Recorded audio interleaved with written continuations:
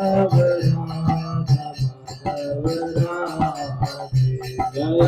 गौरनिताई गौरनिताई गौरनिताई जय गौरनिताई जय गौरनिताई गौरनिताई गौरनिताई जय गौरनिताई जय जय प्रभुपाद प्रभुपाद प्रभुपाद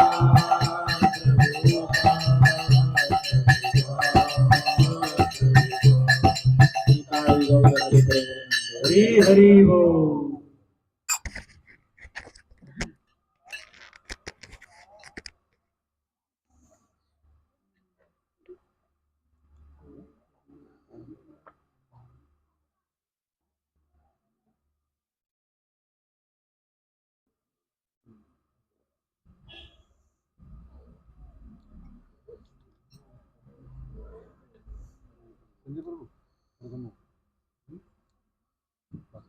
श्री श्री गुरु गौरांगौ जयत वंदेहं श्री गुरोः श्रीयुतपदकमलं श्रीगुरून् वैष्णवांश्च श्रीरूपं साग्रजातं सहगण रघुनाथान्वितं तं सजीवं साद्वैतं सावधूतं परिजन सहितं कृष्ण चैतन्य देवं श्री राधा कृष्ण पादान् सहगण ललिता श्री विशाखान्वितांश्च।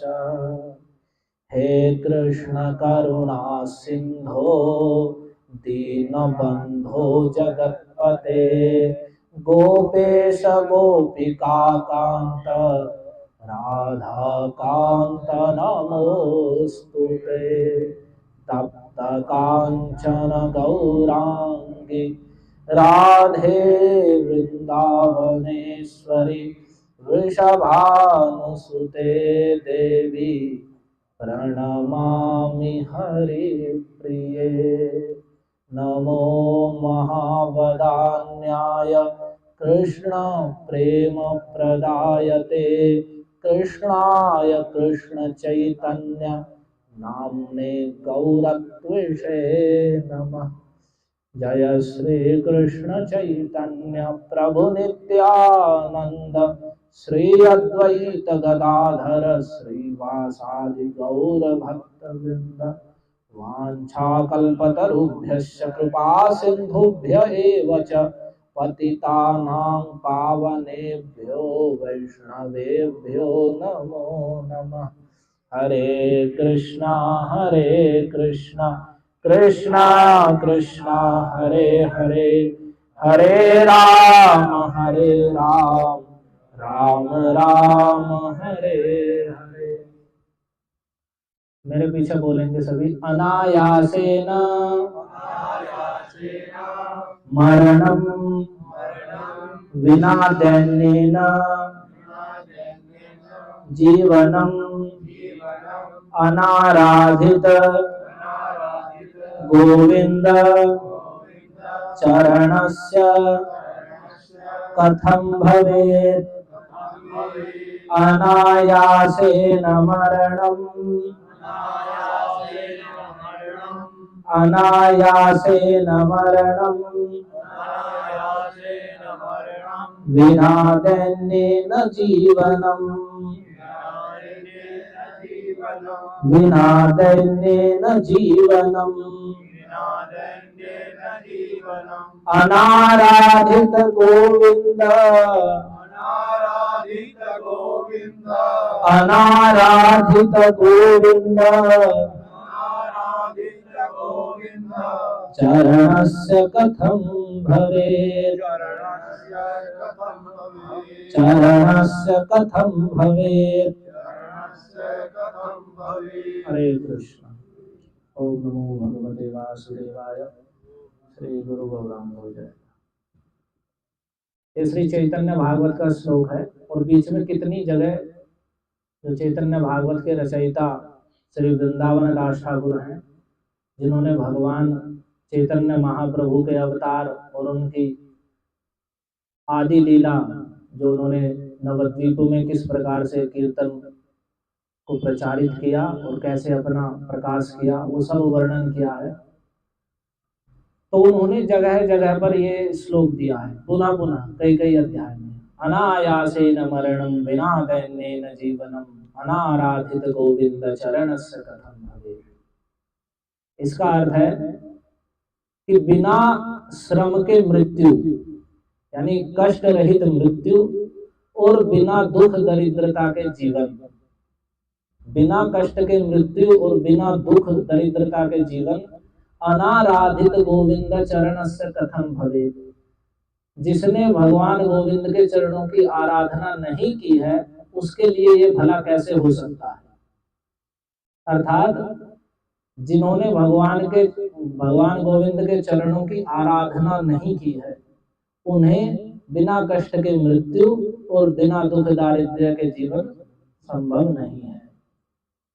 तो हम सभी की जितने भी संसार में मनुष्य हैं उन सबकी यही इच्छा रहती है कि हम जो जीवन जिए वो सुखपूर्वक हो, उसमें अभाव ना हो, जो भी हमें आवश्यक वस्तुएं हैं, भोजन, घर और वस्त्र आदि, वे सब हमें प्राप्त हों पर्याप्त मात्रा में और हम ऐसे ही सुखपूर्वक जीते हुए, और फिर मृत्यु हो तो मृत्यु भी कष्टकारी ना हो। जैसे अनेक प्रकार के घातक रोग हो जाते हैं, लंबे समय तक चलते हैं, व्यक्ति बस सांस चलती रहती है और पड़ा रहता है, तो या और अनेकों तरीके से किसी का कहीं एक्सीडेंट हो जा रहा है, कोई किसी तरीके से मर रहा है, कोई कैसे मर रहा है, तो अनेक बड़ी कष्टकारी मृत्यु होती है। तो सबकी इच्छा होती है कि मेरी मृत्यु भी बड़ी कष्टकारी ना हो। और जीवन में तो दुख चल ही रहे हैं, यदि वस्तुओं का अभाव नहीं है तो क्लेश मचा हुआ है, जो सबसे ज्यादा सब जगह ही मचा हुआ है। दो दो चार चार घर में व्यक्ति हैं, आजकल तो ज्यादा भी नहीं है, संयुक्त परिवार भी नहीं है, वैसे 10-10 15-15 जैसे पहले रह लेते थे, लेकिन अभी दो दो चार चार हैं, उनमें भी बड़ा क्लेश मचा हुआ है। तो ये दैन्य पूर्वक जीवन जिसमें अनेक प्रकार के दुख, क्लेश और दरिद्रता है, और ऐसी मृत्यु जिसमें अनेक प्रकार का कष्ट है, तो इससे सभी बचना चाहते हैं। लेकिन बचेंगे कैसे? मुख्य बात यह है कि बचेंगे कैसे, कैसा हो कि हमारा जीवन भी सुखपूर्वक हो, क्लेश रहित हो, दैन्य दरिद्रता अभाव आदि ना रहे, और जो मृत्यु हो वो भी सुखकारी हो, सुखपूर्वक हो, उसमें भी कष्ट ना हो, क्लेश ना हो। तो कह रहे हैं अनाराधित गोविंद चरणस्य कथं भवेत्। जिन्होंने भगवान गोविंद के चरणों की आराधना नहीं की है उन्हें ये कैसे संभव हो सकता है, उसके लिए संभव नहीं है।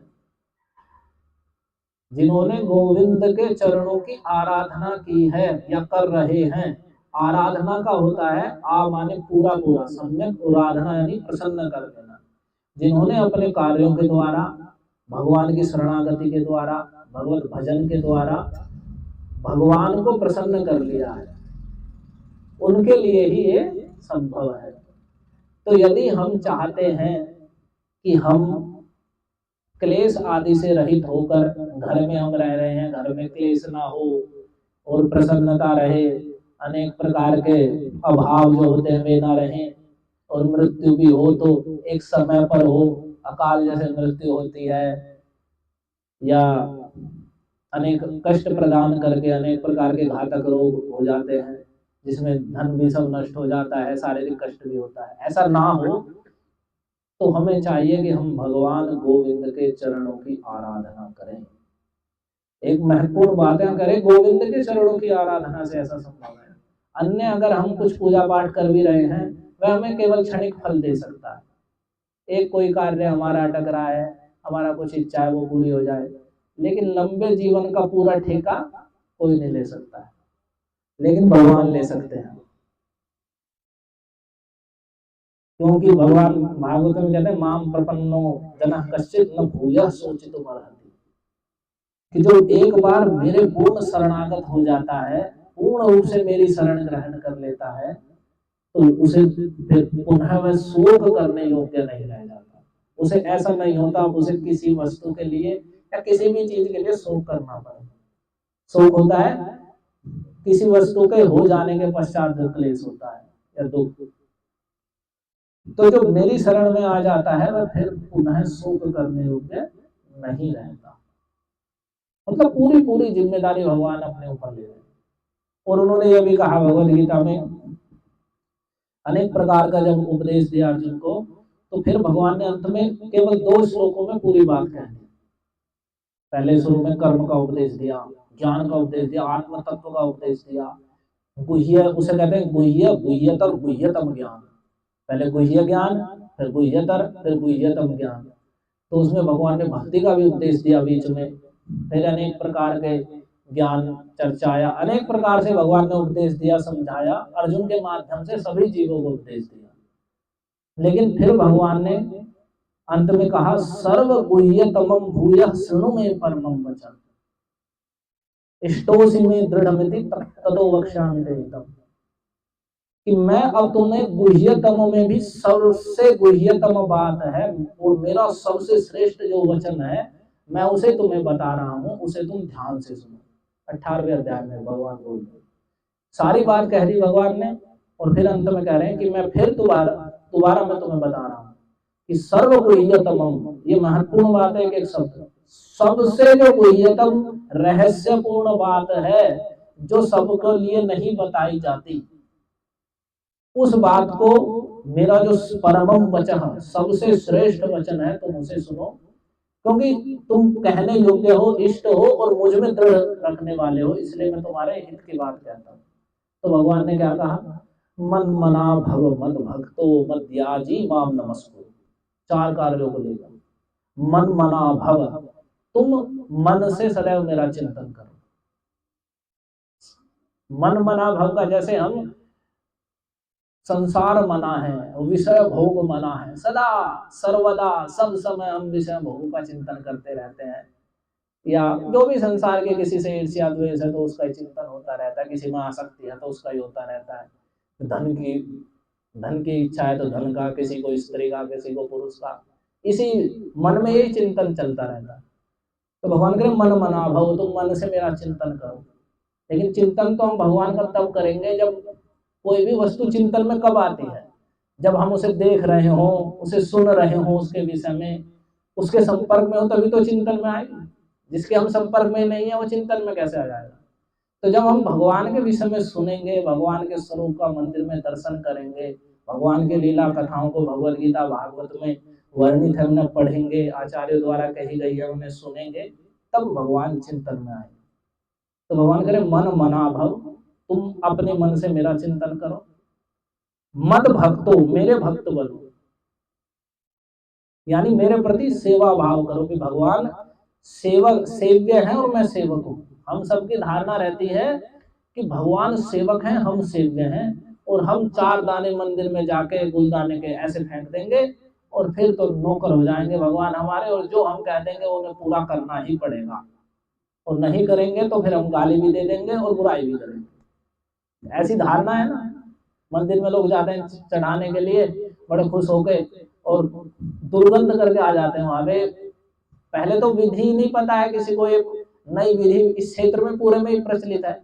लोग मंदिर में जाते हैं मंदिर सड़ाने के लिए, अगर वहां 2-4 भक्त सफाई ना करें तो 2-3 दिन में मंदिर ऐसा हो जाएगा कि कोई प्रवेश ही नहीं करेगा उसमें। कहीं भी मंदिर में प्रसाद चढ़ाना है, कुछ देर भगवान के सामने या किसी देवता को भी आप रख रहे हैं, थोड़ी देर वो रखा जाएगा और हटाया जाएगा, फिर आप प्रसाद को स्वयं पाइए या किसी को खिलाइए। लेकिन मंदिर में क्या है, वहाँ कोई पितरों पे जा रहा है तो वो वहीं सब कुछ रख के छोड़ के चला रहा है, पता नहीं किसके लिए छोड़ के आ रहा है। वो मंदिर में जैसे एक बार देखा कि 4-5 लड़के, एक में कढ़ी एक में चावल, बड़े बड़े भगोने ले रहे, वो भोग लगाने के लिए आए, और मंदिर में सारे जो मंदिर हैं सबके सामने उन्होंने बड़ी बड़ी मात्रा में कढ़ी चावल बखेर बखेर के आ गए, भोग लगा दिया, और शाम तक उसमें दुर्गंध आनी शुरू हो गई। तो वहां देवताओं को भोग लगाने जा रहे हैं, सड़ाने जा रहे हैं, उन्हें दुर्गंध में मार रहे। तो भोग लगाने वे देवता हैं, वो भाव अर्पित मात्र करना है, उससे वो ग्रहण कर लेते हैं, वो जड़ वस्तु नहीं है। ये तो मूर्ति पूजा में और देव पूजा में या भगवान की पूजा में बहुत अंतर है। देव पूजा भगवान की पूजा का मतलब है जब हमें पता हो भगवान का स्वरूप क्या है। जब वे देवता हैं और शक्तिमान है, या श्री भगवान है, साक्षात कृष्ण है, वे तो सर्वशक्तिमान है, तो वे भाव मात्र ग्रहण करते हैं। ऐसा नहीं है कि हम लेंगे वस्तु और जाके मूर्ति के मुंह में ठूस देंगे तब भोग लगेगा और नहीं तो नहीं लगेगा, ये तो बल्कि और अपराध ही है। तो मुख्य रूप से जब भी ऐसी वस्तु कोई भी हम मंदिर में या कहीं भी चढ़ाने जा रहे हैं पितरों पे भी, तो उस वस्तु को कुछ समय वहां रखा जाता है, भावना की जाती है, फिर उठा के आप या दान दें या स्वयं खाएं, वो आपका कार्य है। वहां गंदा करना कोई पूजा नहीं है कि वहां दूध लेके गए तो सभी मंदिरों के सामने दूध ही दूध चढ़ा दिया, वो भी शाम तक सड़ गया, वहां चींटी और क्या क्या, फिर कुत्ते ही जाके चाटते हैं उसे। वो पता नहीं भोग देवता को लगाया था कि कुत्तों के लिए लगाया था, और कुत्तों को डालना है तो अलग डालो, वहीं क्यों उन्हें देवताओं को दूषित करा रहे। कुछ तो ऐसे भी लोग हैं उनके सामने कुत्ते खा रहे हैं वहां, और वो देवता को चढ़ा रहे हैं, शिव जी पे चढ़ा के आ रहे हैं दूध या कुछ भी, सामने कुत्ता मंदिर में प्रवेश कर रहा है। उनकी इतनी बुद्धि काम नहीं करी, कुत्ता जा रहा है, कुत्ते को क्यों अंदर जाने दे दो, आंखों देखा हाल है। तो ये निरी मूर्खता है। इसका कारण बस ये है कि हम तो पूजा वूजा जो करने जाते हैं हम कामनाओं से अंधे हुए रहते हैं, ना तो हमें देवताओं का ही पता और भगवान का कुछ नहीं पता, ना उनकी पूजा का पता, कुछ नहीं पता, और ना हम जानकारी की इच्छा करते। बस हम तो हमारे काम अटके हुए हैं, हमारी इच्छाएं पूर्ति नहीं हो रही हैं, जैसे तैसे कैसे भी वो पूरी हो जाए, और बस हम जाके अपना वो कर आते हैं जो भी। और फिर भी एक महत्वपूर्ण बात, ऐसा करने पर भी लोगों को लाभ होता है। मान लो किसी ने भगवान के सामने चढ़ा दिया, मदन मोहन जी के सामने कुछ भी, तो ये भी भगवान की दयालुता है, कुछ तो उन्हें लाभ होता ही था, तभी तो बार बार जाते हो। तो फिर भी हमें समझना चाहिए ये कोई विधि नहीं है। कुछ दीपक आदि जलाना, दीपक आदि जला के रखा जा सकता है, नहीं तो जो भी खाने पीने की चीजें, कहीं भी आप किसी भी मंदिर में जा रहे हैं तो वो गंदा करने के लिए नहीं है, वहां पर रखें और वहां से कुछ देर 2-4 मिनट में उठाएं उसे, और फिर आप खाएं उसे प्रसाद रूप में, आप बांटें, वो आपका कार्य है। लेकिन वो मंदिर को सड़ाना या पितरों पे जाकर दूध चढ़ा चढ़ा के, जब वे पितर मान रहे हैं कि हाँ पितर हैं हमारे, तो फिर वो क्या दूध चढ़ा के वहां सड़ाने के लिए, और फिर कुत्ते जा जाके उसे चाट रहे हैं, वो इसलिए पितर है ना। तो ये सब मनगढ़ंत और कोई पूजा नहीं है, बल्कि एक तरीके का हमने उसमें और पाखंड सा ठूंस लिया है, ये कोई विधि भी नहीं है। तो मुख्य बात यही आई कि भगवान हमारे सेव्य हैं, यानी हमें उनकी सेवा करनी है, वे स्वामी है पूरे जगत के, वे कृपा करके हमें कुछ भी दान कर सकते हैं, ऐसा नहीं है कि वे अधीन है, और हम सेवक हैं। इसे जो भगवान करे मद भक्तो भव, कि मेरे भक्त बनो, कि भगवान मेरे कृष्ण नित्य स्वामी है और मैं कृष्ण का दास हूँ, ऐसी भावना से युक्त हो। मद याजी, मेरा यजन करो, और माम नमस्कुरु, और मुझे नमस्कार करो। नमस्कार का बड़ा महत्व है। यद्यपि भगवान का भक्त बनने में भी नमस्कार आ सकता है, लेकिन भगवान ने अलग से कहा मुझे नमस्कार करो, सदैव मेरा चिंतन करो, मेरे भक्त बनो, मेरी पूजा करो और मुझे नमस्कार करो। ऐसा करने से तुम निश्चित रूप से मुझे प्राप्त करोगे। मन मना भव मत भक्तो, ये सबसे गुह्यतम बात भगवान बता रहे हैं भगवद गीता में, इसलिए बड़े ध्यान से सुनने योग्य है। पूरे भगवद गीता सुना के अंत में भगवान कह रहे हैं सबसे गुह्यतम बात बता रहा हूं, अपना सबसे श्रेष्ठ वचन, ध्यान पूर्वक तुम अर्जुन सुनो। मेरे भक्त बनो, मेरी पूजा करो, मुझे नमस्कार करो, और मन से सदैव मेरा चिंतन करो। मामे वैश्यसी सत्यम ते प्रतिजाने प्रयोसी में, मैं प्रतिज्ञा करके कहता हूं तुम निश्चित रूप से मुझे प्राप्त करोगे। प्रतिजाने करे, प्रतिज्ञा करके कहता हूं, प्रियोसी में, तुम मुझे अत्यंत प्रिय हो। सभी अर्जुन के माध्यम से सभी जीवों को कह रहे हैं, सारे जीव भगवान को अत्यंत प्रिय हैं, वे स्वयं ही कृष्ण से विमुख जाकर दुख भोग रहे हैं, तो उसमें भगवान क्या कर सकते हैं। भगवान तो कृपा करके इसलिए अवतार भी लेते हैं। भगवान का जो अवतार है वो केवल इसलिए है कि लोग, जो जीव यहाँ दुख पा रहे हैं, वो भगवान के आनंदमय स्वरूप, उनकी लीला को देखकर भगवान की ओर आकर्षित हो। लेकिन फिर भी हम उसे नहीं सुनते, और ऊपर से ऐसे ऐसे मत प्रचार करने वाले हैं, अरे ये तो सब पुरानी घटनाएं हैं, ये तो सब ऐसे ही लिख दी हैं, और जो थोड़ी मोड़ी श्रद्धा हो और उसे भंग कर देते। तो भगवान प्रतिज्ञा कर कह रहे हैं कि तुम निश्चित रूप से मुझे प्राप्त करोगे, और फिर भगवान कह रहे हैं सर्वधर्मान परित्यज्य मामेकम शरणं व्रज, तुम सभी प्रकार के मन कल्पित धर्मों को छोड़कर एकमात्र मेरी शरण ग्रहण करो। स्पष्ट शब्दों में कि सब सर्व धर्मान परित्यज्य है, जो तुमने अपने मन से जो भी धर्म कर्म या कुछ भी स्थापना कर रखी है उसे छोड़कर एकमात्र मेरी शरण ग्रहण करो। तो कोई कहे कि जी हम पहले से कुछ पूजा करते आ रहे हैं और अब कृष्ण भजन करने लगेंगे, हरे कृष्ण महामंत्र जपेंगे, एकादशी व्रत रखेंगे, तो हो सकता है कि हमने वो छोड़ दिया कि कुछ पाप लग जाए। तो भगवान कह रहे अहम त्वाम सर्व पापेभ्यो मोक्षयिष्यामि मा शुचा। तुम उसके लिए शोक मत करो कि मैंने कोई धर्म या कोई पूजा, मैं किसी देवता या अन्य किसी की भी पूजा कर रहा था, अब वो अधूरी रह गई या वो नाराज हो जाएगा या कुछ हो जाएगा। तो भगवान कह रहे मां शुचा, शोक मत करो, डरो मत, मैं तुम्हें सभी प्रकार के पापों से मुक्त कर दूंगा। ये इस बात में भगवान की परमेश्वरता भी झलकती है कि वो चाहे तो कुछ भी कर सकते हैं, अन्य किसी में सामर्थ्य नहीं है। अन्य कोई देवता भी नहीं कह सकते कि हाँ हम तुम्हें सबसे मुक्त कर देंगे। बल्कि एक मुचकुंद महाराज हुए हैं, वे देवताओं के लिए युद्ध करने के लिए देवताओं ने उन्हें बुलाया था। ऐसे ऐसे श्रेष्ठ व्यक्ति इस भारत भूमि पर थे। तो जब युद्ध किया, देवता विजयी हुए, तो उन्होंने कहा कि आप मांग लीजिए कुछ भी हमसे। तो उन्होंने कहा कि आप मुझे मुक्त कर दीजिए। तो देवता बोले नहीं, वो हमारे बस की बात नहीं है, उसके लिए तो एक तस्य भगवान विष्णु रव्यय, उसके तो एकमात्र ईश्वर अविनाशी भगवान श्री विष्णु हैं, वे ही मुक्त कर सकते हैं किसी को। आप कुछ भौतिक वस्तु मांगना चाहते हो तो वो हम आपको दे सकते हैं।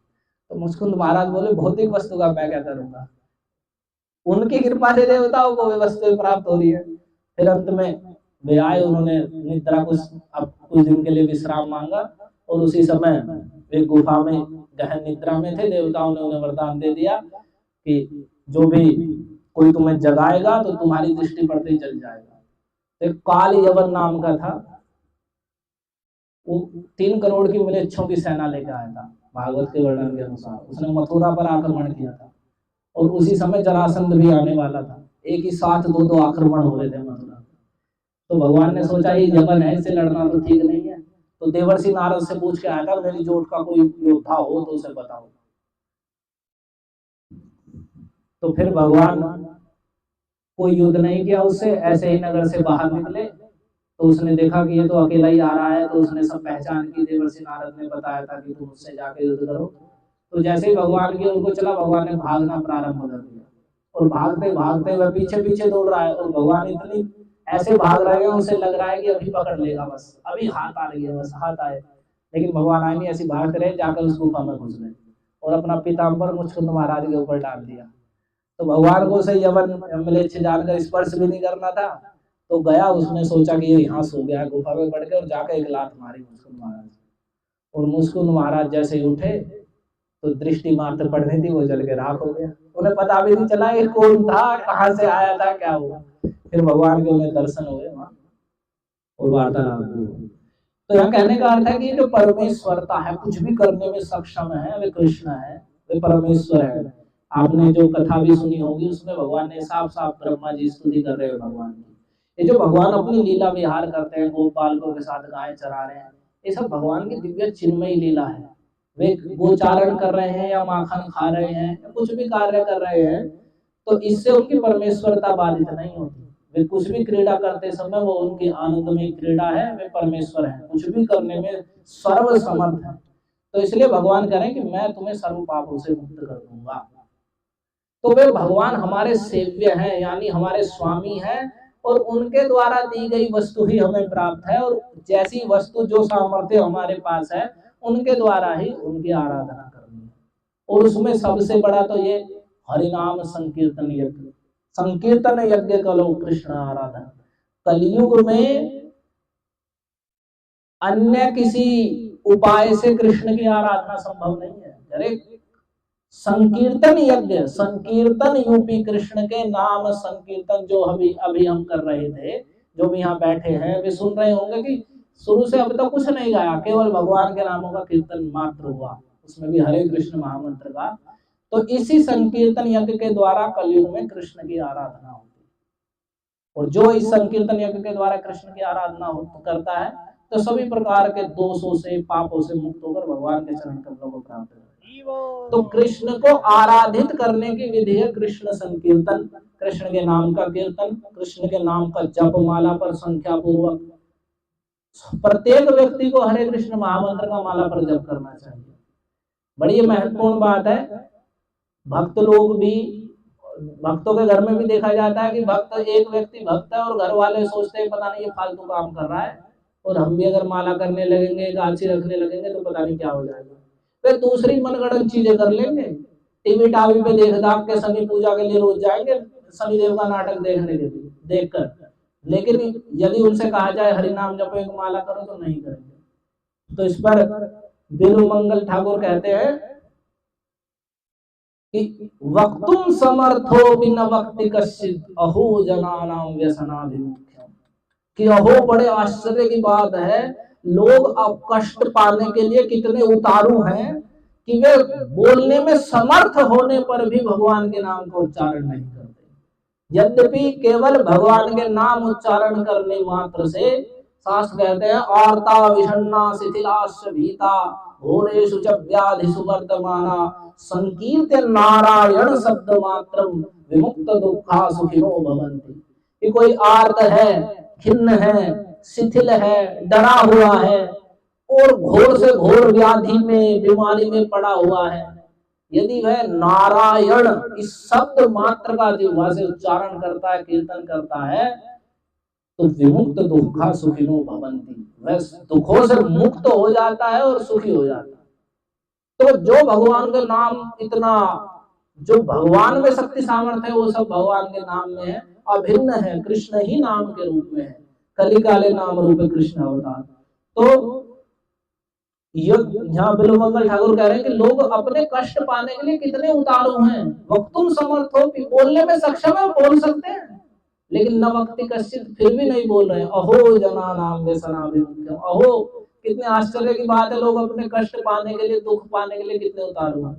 और फिर कह रहे हैं जिह्वे पिबस्वामृतमे तदेव गोविंद दामोदर माधवेति। लेकिन हे मेरी जिह्वा, तू तो इस अमृत का ही नित्य पान कर, गोविंद दामोदर माधवेति, इस प्रकार से तो गोविंद दामोदर माधव इन भगवान के नामों का उच्चारण कर। तो समझने की बात यह है कि कलयुग में कृष्ण के आराधन की विधि कृष्ण संकीर्तन है, कृष्ण के नाम का कीर्तन, कृष्ण के नाम का जप, कृष्ण को नमस्कार, जैसा भगवान ने कहा, कृष्ण को भोग लगाकर उनका उच्छिष्ट प्रसाद खाना, एकादशी के दिन अन्न का परित्याग करना, इसमें कोई खर्चा नहीं है, इसमें कोई भी खर्चा नहीं है, एक पैसे का भी, सब अपने लिए ही है। भगवान का नाम उच्चारण करने में कौन सा खर्चा है, किसी प्रकार का भी तो नहीं। एकादशी व्रत रखने में कौन सा खर्चा है, बल्कि और खर्चे की बचत ही है। जो रोज खा रहे हैं, तो अगर साल भर में 24 एकादशी रखेंगे और भी जन्माष्टमी आदि का व्रत रखेंगे तो एक महीना निरन्न हो गया, तो एक महीने का अन्न का खर्चा बचा के नहीं बचा। तो अनायासेन मरणम विना दैन्येन जीवनम अनाराधित गोविंद चरणस्य कथम भवेत्। जो भगवान गोविंद के चरणों की आराधना करते हैं उनके लिए ही संभव है कि वे सुख पूर्वक जीवन जी सकते हैं, दैन्य से रहित, और सुख पूर्वक मृत्यु को प्राप्त कर सकते हैं। और जिन्होंने भगवान गोविंद के चरणों की आराधना नहीं की है, उनके कह रहे हैं कथम भवेत्, उनके लिए भलाई कैसे संभव है कि वे सुख पूर्वक रह लें और सुख पूर्वक मृत्यु को प्राप्त हो जाएं। अर्थात जो भगवान गोविंद के चरणों की आराधना नहीं कर रहे हैं उन्हें कष्ट झेलने ही पड़ेंगे और मृत्यु भी कष्टकारी झेलनी ही पड़ेगी। तो यदि हम चाहते हैं कि हम सुख पूर्वक रहें इस संसार में भी, और मृत्यु भी सुख पूर्वक प्राप्त करें और मृत्यु के बाद भी सुख पूर्वक रहें, तो हमें कृष्ण संकीर्तन यज्ञ के द्वारा, भगवान के भक्ति योग के द्वारा गोविंद के चरणों की आराधना करनी चाहिए। हरे कृष्णा कृष्णा कृष्णा हरे हरे, हरे राम राम राम हरे हरे। जगत गुरु श्रील प्रभुपाद की जय। परम पूज्य श्री श्रीमद् राधा गोविंद दास गोस्वामी महाराज की जय। गौर हरि प्रेमानंदे।